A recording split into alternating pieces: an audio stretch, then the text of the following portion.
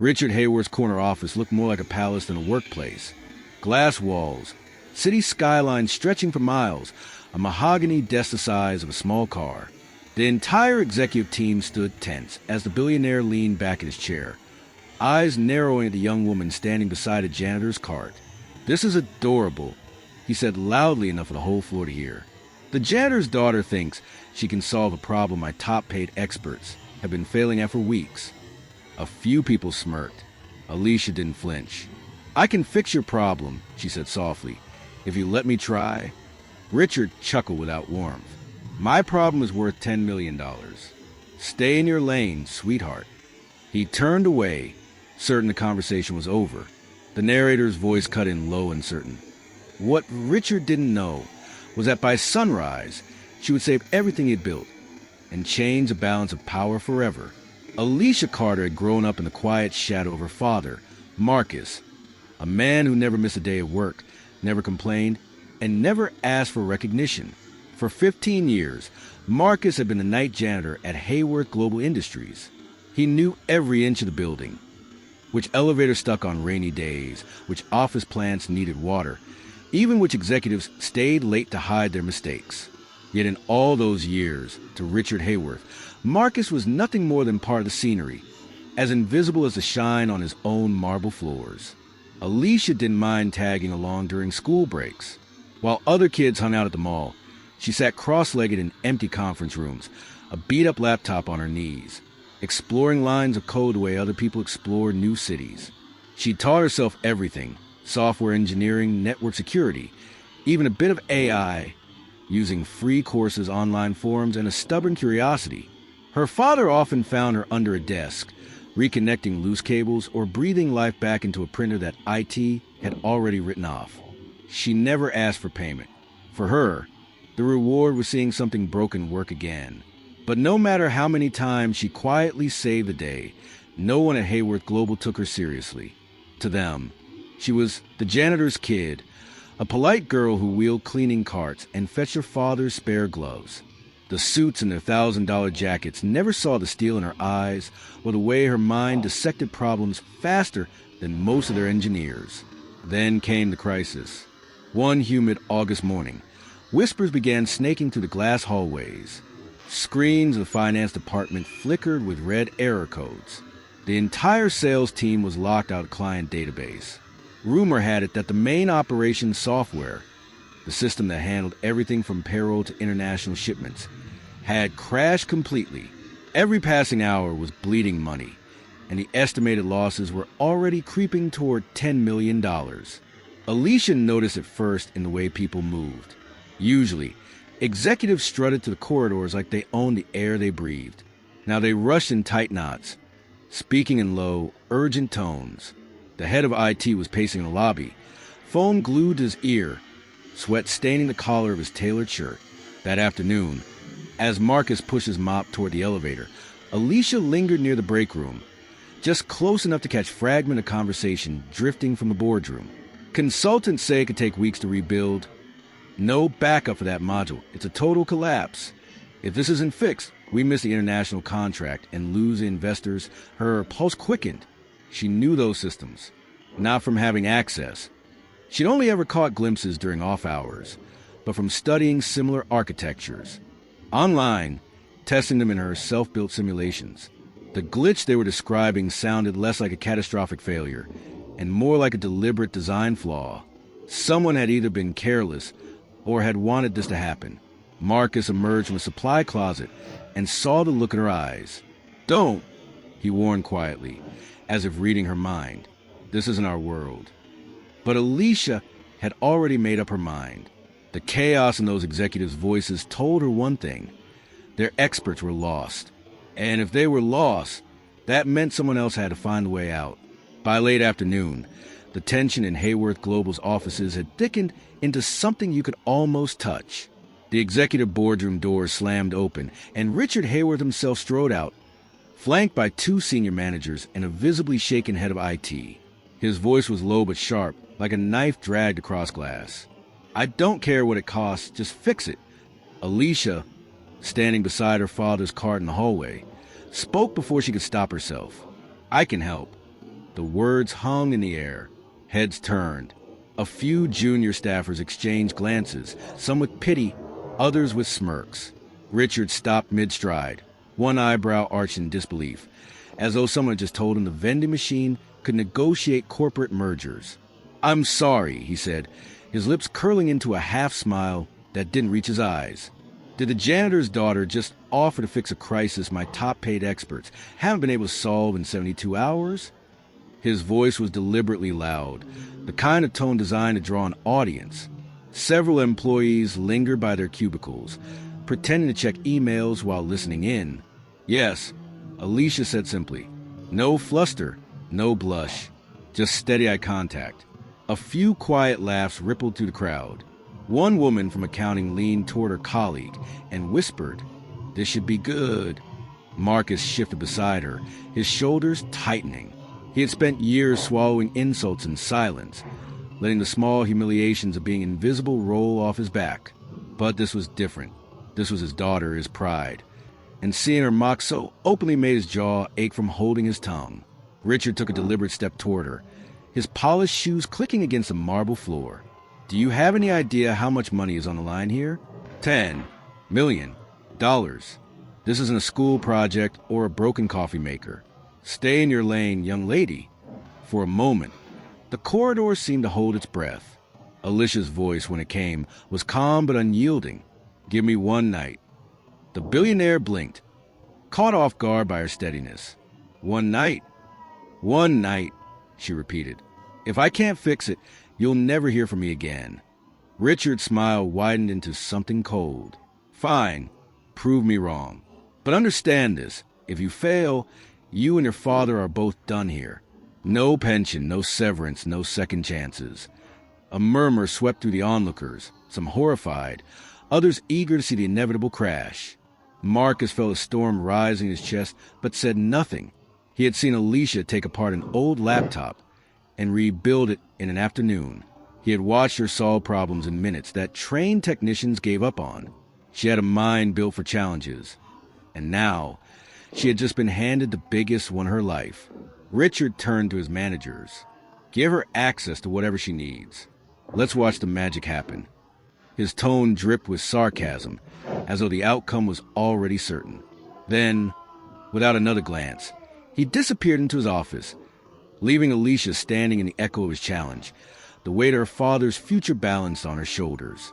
By the time the last of the executives had stormed out for the night, the office was a hollow, echoing shell. The city light spilled into the glass walls, casting long shadows across abandoned desks and silent phones. Alicia stood in the middle of it all, the hum of the air conditioning the only sound. She wheeled her father's cart into a storage alcove, swapping out cleaning supplies for her battered old laptop, a tangle of charging cables, and a notebook filled with her own shorthand. The IT guard on night shift, a middle-aged man named Carlos who'd seen her tinker with office gadgets before, gave her a knowing smile. "You didn't hear it from me," he said, sliding a laminated keycard across the desk. "But this'll get you into the server room. Just don't get caught." Alicia grinned. "You won't even know I was there." She made her way through the darkened corridors, each step echoing on the polished floor. The server room door clicked open with a borrowed card, and a rush of cool, recycled air wrapped around her. The low hum of machines was like a heartbeat in the dark. She plugged in her laptop and began pulling up diagnostic tools she'd downloaded over years of self-teaching. As the lines of code scrolled across her screen, her mind flickered back to where it all began. Late nights at the public library, the glow of the ancient computers as she read free coding tutorials until the librarian shooed her out. Saturday spent fixing Mr. Hill's old desktop so he could email his grandson overseas, rewiring Mrs. Patterson's doorbell so it would finally stop ringing at random. Every problem had been a puzzle, and Alicia had never been able to walk away from a puzzle. Hours passed unnoticed as she combed through the architecture of Hayworth Global's core system. The deeper she went, the more something nagged at her, a subtle loop in the shipping module that shouldn't exist. It was small enough to be overlooked in a casual audit, but big enough to crash the system if triggered repeatedly. And someone had triggered it. Her brow furrowed. This wasn't random. This was planted. The loop had been buried under legitimate code, but the error calls were too precise, too consistent to be a coincidence. Then she saw it, a series of unauthorized logins buried in the access history, all coming from the same internal terminal. Whoever was behind this was an outside hacker. They were inside the building. Alicia's pulse quickened as she traced the terminal's ID back to its owner. When the name flashed across her screen, she sat back in her chair, stunned. This wasn't some junior programmer making a mistake. It was one of Richard Hayward's most trusted senior vice presidents, a man with full access to every part of the company's operations. She opened a fresh document, her fingers flying over the keyboard as she began to map out the chain of evidence. The sun was barely cresting over the skyline when Richard Hayward strode into the office, coffee in hand, looking every bit the man expecting to deliver a smug "I told you so." The executive team trailed behind him, their conversation light, almost amused. They found Alicia seated at the conference table, her old laptop closed, a neat stack of printed documents beside it. Richard didn't bother to sit. "Well, do I need to call HR, or are you to save me the trouble?" Alicia didn't rise to the bait. Instead, she slid the laptop toward him. "The system is online, fully functional." Richard's brow furrowed. "Impossible." "See for yourself," she said, nodding toward the wall monitor. The head of IT tapped at the keyboard, and the dashboard flashed to life. Clean, green status bars where there had been red error codes for days. Modules loaded instantly. Transaction records streamed without lag, and the client database synced flawlessly. A murmur rippled through the room. Someone whispered, "It's fixed." Richard's jaw tightened. "How?" Alicia met his eyes. There was a deliberate loop hidden in the shipping module. Trigger enough times, and it crashes the core system. It wasn't a bug. It was sabotage. The word seemed to pull the air out of the room. "Sabotage," one of the managers echoed. She tapped the documents. Full logs, timestamps, and terminal ID traces. Whoever did this wasn't working from the outside. The access came from inside your building, from an office you know very well. Richard flipped through the pages, his face drained of color when he reached the final sheet. The name printed there was unmistakable. Daniel Cross, Senior Vice President of Operations. The room went dead silent. Daniel, seated near the end of the table, froze mid-breath. Alicia's voice was steady, almost clinical. "He planted the loop 6 months ago. Last week, he triggered it to force a collapse, with the company in crisis. He had a deal lined up to buy out your controlling shares at a fraction of their value." All eyes turned to Daniel. He opened his mouth, but nothing came out. Richard's gaze shifted from the proof in his hands to Alicia, and in that moment, the mockery in his expression was gone, replaced by something he had never given her before, respect and maybe a flicker of fear. The staff stared at her, as if seeing her for the first time. The janitor's daughter had not only done what their highest-paid experts couldn't, she had saved the company from betrayal at its highest level. Richard's voice cut through the stunned silence. "Security." 2 uniformed guards appeared almost instantly. "Escort Mr. Cross to my office. Call the police and have them meet us there." Daniel's chair scraped loudly against the floor as he stood, his face shifting from shock to panic. "Richard, this is a mistake." Richard slammed the folder shut. "The only mistake was trusting you." Within minutes, the senior VP was being let out in handcuffs, his expensive watch catching the morning light one last time before disappearing down the corridor. The employees who had been smirking the day before now avoided Alicia's eyes, shame flickering across their faces. Richard remained at the head of the table, still holding the evidence Alicia had compiled. Slowly, he looked up at her. "How did you know where to look?" Alicia didn't flinch. "When you grow up fixing problems no one cares about," she said, her voice quiet but firm, "you learn to see patterns other people miss." Something shifted in Richard's expression. He wasn't used to being humbled, especially not by someone he'd written off entirely. He turned toward Marcus, who had been standing silently by the doorway this whole time. "Marcus, Alicia, I owe you both an apology." The words were simple, but in that room, in front of the entire senior staff, they carried weight. Marcus gave a small nod, though his eyes stayed cautious. Richard cleared his throat. "Alicia, You've done more than save this company. You protected the livelihoods of everyone in this building. He reached into his jacket and pulled out a checkbook. As a token of gratitude, I'd like to offer you a $1 million reward. Alicia glanced at the check in his hand, then shook her head. Gasps rippled around the room. I'm not interested in a one-time payout, she said evenly. Give me a contract.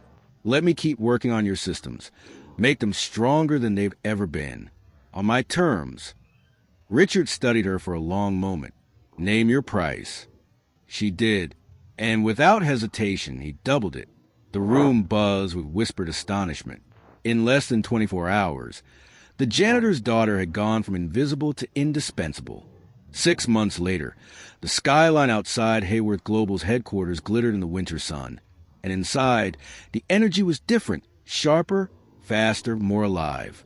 On the 12th floor, Alicia Carter stood at the head of a sleek glass conference table, a team of 8 young developers listening intently as she outlined the next phase of a system upgrade. Her badge no longer read visitor. It read lead innovation specialist. Downstairs, Marcus Carter walked the halls not with a mop bucket, but with a clipboard and a keyring heavy with master keys. As a new facilities manager, he oversaw a team of his own, full benefits and retirement plan, finally securing a future he'd only dreamed about.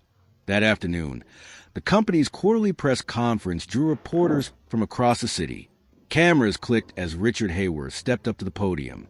He spoke about record-breaking profits, new partnerships, and the bright future ahead. But when he gestured toward Alicia, seated in the front row beside Marcus, his voice shifted from corporate polish to something almost personal. This young woman, he said, saved this company from a $10 million loss, and from something far worse. I can't take credit for her talent, only for having the good sense to finally listen to her. Applause filled the room, and Alicia's cheeks warmed, though her posture stayed steady. She wasn't here for praise. In the weeks that followed her promotion, Alicia launched an after-school program for underprivileged youth, teaching them coding, problem-solving, and digital literacy. Twice a week, she rolled up her sleeves in a small community center, showing kids how to debug a line of code or secure a network, the same way she'd once taught herself in a library corner. Marcus often stopped by, leaning in the doorway and watching with quiet pride as the next generation learned from his daughter, the girl who had once been dismissed as the janitor's kid. From the top floor of Hayworth Global to the basement of a community center, Alicia's world had expanded far beyond anything Richard Hayworth could have imagined that morning he mocked her. And as the narrator's voice closed the chapter, the words carried the weight of her journey. He mocked her for where she came from, but now the whole world knows where she's going.